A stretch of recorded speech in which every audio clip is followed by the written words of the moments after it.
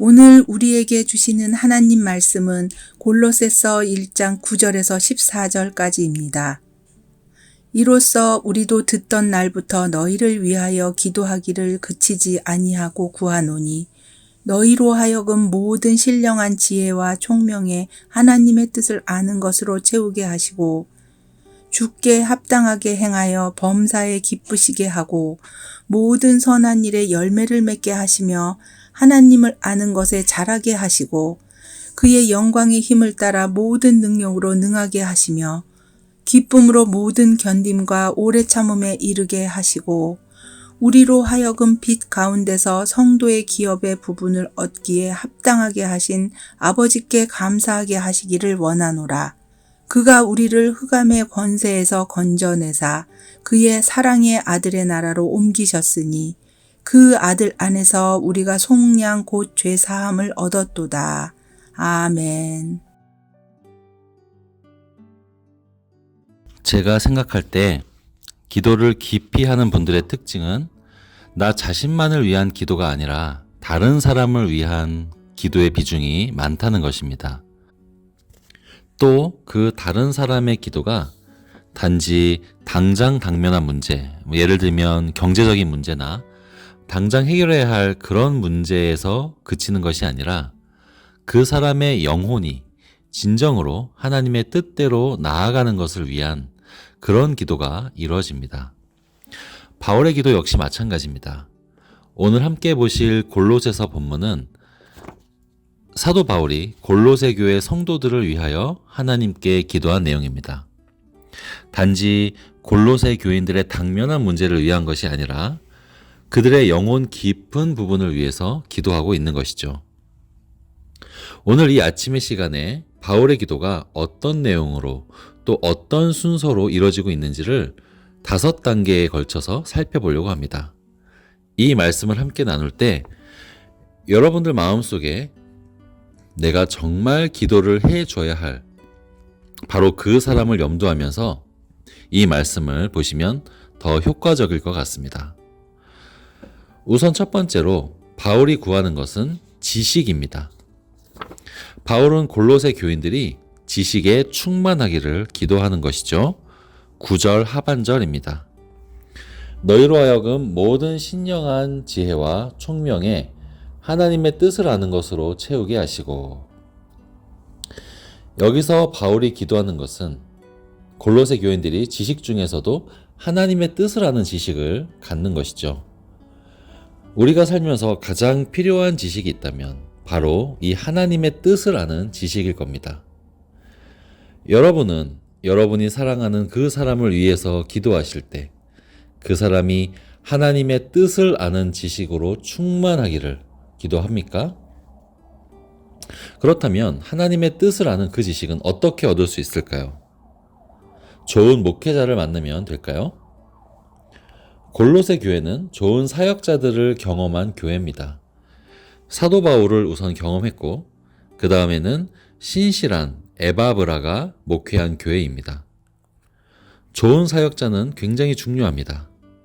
그러나 여러분, 똑같은 교회에서 똑같은 설교로 배워도 똑같이 하나님의 뜻을 아는 지식이 충만한 것은 아닙니다. 여기서 채우게 하시다라는 단어는 문법상 신적 수동태라고 분류가 되는데 하나님께서 직접 그 일을 이루신다는 것입니다. 우리는 하나님께 기도할 때 그 지식의 빛을 우리 사랑하는 사람의 눈에 비춰주시도록 그렇게 기도를 해야 할 것입니다. 그런 다음 두 번째 기도 제목은 삶입니다. 여러분, 하나님의 뜻을 아는 지식을 얻었다면 그 다음에 해야 할 일은 그 아는 대로 살아가는 삶일 것입니다. 10절 상반절입니다. 주께 합당하게 행하여 범사에 기쁘시게 하고 모든 선한 일에 열매를 맺게 하시며. 여기서 합당하게 행하고 또 선한 일에 열매를 맺는다라는 것은 그리스도인답게 사는 삶을 의미합니다. 우리가 우선 먼저 해야 할 것은 아는 것입니다. 그리스도에 대해서 알아야 하죠. 그러나 알기만 하고 행하지 않는 성도가 되면 안 됩니다. 행하지 않는 믿음은 죽은 믿음입니다. 그래서 바울은 아는 대로 행하는 그 열매가 충만하기를 그렇게 기도합니다. 세 번째, 바울이 구하는 세 번째는 성장입니다. 10절 하반절입니다. 하나님을 아는 것에 자라게 하시고, 어떤 사람이 지식도 충만하고 행함도 열심히 하는 것, 그 다음에 필요한 것이 있다면 영적 성장입니다. 여러분, 성경 공부를 열심히 하면요, 아주 어려도 지식이 많을 수 있습니다. 또 마음속에 감동이 불일 듯 일어나면 행함이 있을 수도 있습니다. 그러나 영적 성장은 또 다른 문제입니다. 어떤 사람은 지식도 많고 행함도 실제로 많은데 영적으로 제자리 걸음인 사람이 있습니다. 그러면 안 되겠죠. 바울이 구하는 네 번째는 강건입니다. 어떤 사람이 지식, 행함, 그리고 성장까지 이뤘다면 그 성장을 이룬 것이 어떻게 증명이 되겠습니까? 한 사람이 영적으로 성장을 이뤘는지 안 이뤘는지 언제 알 수 있을까요? 11절입니다. 그의 영광의 힘을 따라 모든 능력으로 능하게 하시며 기쁨으로 모든 견딤과 오래 참음에 이르게 하시고. 우리가 살아가다 보면 크게 두 종류의 상황을 맞닥뜨리게 됩니다. 첫 번째는 형통할 때, 평안할 때입니다. 두 번째는 공고할 때, 고난당할 때이겠죠. 주일 예배 때도 들으셨겠지만 하나님께서는 우리를 예수 그리스도를 닮아가도록 키워가기 위해서 이 두 종류의 일을 번갈아 주십니다. 하나님의 뜻은 우리의 삶이 늘 평안하기만 한 것, 그건 결코 아닙니다. 그러므로 우리가 자라가야 하는 것은 평안할 때는 평안할 때 하는 일을 하면 되고, 공고할 때도 그에 알맞은 삶을 살 수 있는 그런 능력을 갖추는 것입니다. 우리가 하나님께 능력을 받아서 교회를 위해, 사회를 위해 힘껏 기여해야 할 때가 있습니다. 그때는 그렇게 하는 것이 성숙한 것입니다. 그러나 반대로 견디고 또 참고 해야 할 때도 옵니다. 그때는 하나님이 주신 그 시기를 지혜롭게, 그러나 하나님의 뜻을 벗어나지 않으면서 견디고 참는 그것이 하나님의 뜻입니다. 골로새 교회도 마찬가지입니다. 골로새 교회는 형통하고 부흥하고 이런 것이 필요하겠지만 때로는 시험과 환난이 올 수도 있겠죠. 바울은 그럴 때라도 이 교회 성도들이 참고 견딜 그 능력을 구하는 것입니다. 그래서 지식, 삶, 성숙, 그 다음이 바로 강건인 것입니다.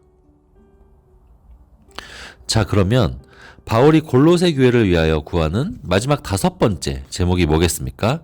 12절 제가 읽어드리겠습니다. 우리로 하여금 빛 가운데서 성도의 기업의 부분을 얻기에 합당하게 하신 아버지께 감사하게 하시기를 원하노라. 다섯 번째는 바로 감사입니다. 이 모든 과정을 거쳐서 결국 범사에 감사하는 자가 되는 것, 그것이 바울이 골로새 교회를 위하여 하는 기도인 것입니다. 여러분, 성도와 세상 사람을 구별할 수 있는 것 중에 가장 큰 게 뭘까요? 제 생각에는 감사입니다. 세상 사람들은 감사하지 않습니다. 물론 자기에게 이익이 올 때 그것에 대하여 고마운 마음은 가질 수가 있겠습니다. 그러나 그것은 삶의 전반에 대한 감사는 아닙니다. 사탕이 입 안에 있을 때는 달콤하지만 그것이 녹아 없어지면 그 맛도 금방 사라지듯이 세상 사람들의 감사는 그런 것입니다. 그러나 성도는 다릅니다.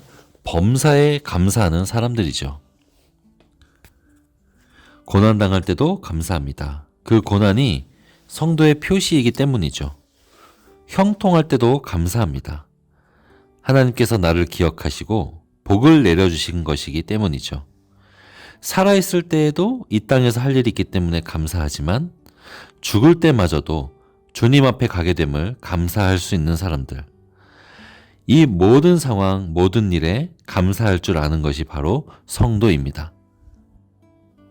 골로새 교회를 위하여 바울은 5가지 기도, 지식, 삶, 성장, 강건, 감사를 기도로 합니다. 그들을 영적으로 지지하는 것입니다. 여러분에게도 기도해 줘야 할 대상이 있습니까? 오늘 이 시간 이 5가지의 기도 제목을 우리도 가져보면 어떨까요? 첫 번째 기도 제목입니다.